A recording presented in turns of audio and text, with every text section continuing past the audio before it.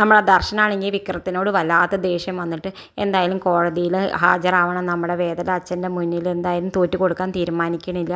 എന്തായാലും ദർശൻ നമ്മുടെ വിക്രത്തിനെ 6 കൊല്ലത്തേക്ക് ജയിലിൽ അടയ്ക്കുകയാണ്. ജയിലിൽ അടച്ചിട്ട് അങ്ങനെ ജയിലിൽ കഴിയേണ്ട എല്ലാവരും കാണാൻ വരുന്നുണ്ട്.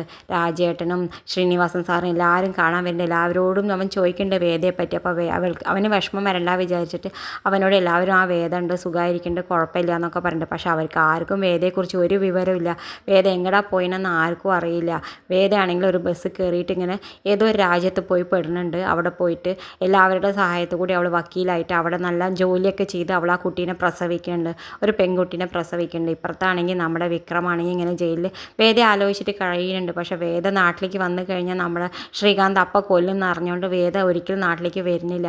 ഏത് കംസനും അവൾ കുട്ടീനെ വിട്ടു കൊടുക്കില്ല എന്നുള്ള ഒറ്റ തീരുമാനത്തിൽ അവൾ അവിടെ കുട്ടിയെ വളർത്തിക്കൊണ്ട് വരികയാണ്. ഇപ്പുറത്താണെങ്കിൽ നമ്മുടെ വിക്രമാണെങ്കിൽ വേദ വരാത്തതുകൊണ്ട് വല്ലാത്ത ദുഃഖമുണ്ട്. നമ്മുടെ ശ്രീജേടത്തി വിശ്വം എല്ലാവരും വരുന്നുണ്ട്.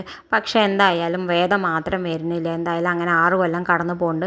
6 കൊല്ലം കഴിഞ്ഞിട്ട് നമ്മുടെ വിക്രം ജയിലിൽ നിന്ന് പുറത്തേക്ക് ഇറങ്ങുന്നുണ്ട്. പുറത്തേക്ക് ഇറങ്ങുമ്പോൾ അവൻ്റെ മനസ്സിൽ മുഴുവൻ വേദ വന്ന് നിൽക്കുന്നതാണ്. പക്ഷേ വേദമില്ല, ശ്രീജേടത്തി വിശ്വേട്ടന് മാത്രമാണ്. ഇവരോട് ചോദിക്കേണ്ടത് എവിടെയാണ്, ഇനിയെങ്കിലും പറയും എവിടെയാണ്, എന്താ വേദയ്ക്ക് എന്താ സംഭവിച്ചത്, ശ്രീകാന്ത് എന്തെങ്കിലും ചെയ്തോ എന്നൊക്കെ ചോദിക്കുന്നുണ്ട്. ആ സമയത്ത് നമ്മുടെ വിക്രത്തിനോട് എന്തായാലും ശ്രീജേടത്തി എല്ലാം തുറന്ന് പറയാണ്, ഇല്ല വേദ ഇവിടെ ഇല്ല, നാട്ടിലില്ല, അവൾ എവിടെ പോയിനെന്ന് അറിയില്ല, ഞങ്ങൾ കുറേ പോയി തപ്പി നോക്കി, നിങ്ങൾ താമസിച്ച സ്ഥലത്തൊക്കെ പോയി നോക്കി, അവിടെ ഒന്നും അവളില്ല, എവിടെയെന്ന് അറിയില്ല എന്നൊക്കെ പറഞ്ഞതൊക്കെ കേൾക്കുമ്പോൾ നമ്മുടെ വിക്രത്തിനാണെങ്കിൽ വല്ലാത്ത വിഷമം വരുന്നുണ്ട്. വിക്രം നേരെ ചെല്ലുന്നത് നമ്മുടെ ശങ്കരനാരായണൻ്റെ അടുത്തേക്കാണ്. അയാളോട് നമ്മുടെ വിക്രത്തിനോട് പറയണ്ടേ, ഞങ്ങൾക്ക് ഒരു വിവരമില്ല, ഞങ്ങൾ അന്ന് കണ്ടതാണ്, അന്ന് നിൻ്റെ ഒപ്പം ഇവിടുന്ന് ഇറങ്ങിപ്പോയ ദിവസം കണ്ടതാണ്, പിന്നെ ഞങ്ങൾക്ക് ഒരു വിവരമില്ല എന്ന് പറയുന്നുണ്ട്.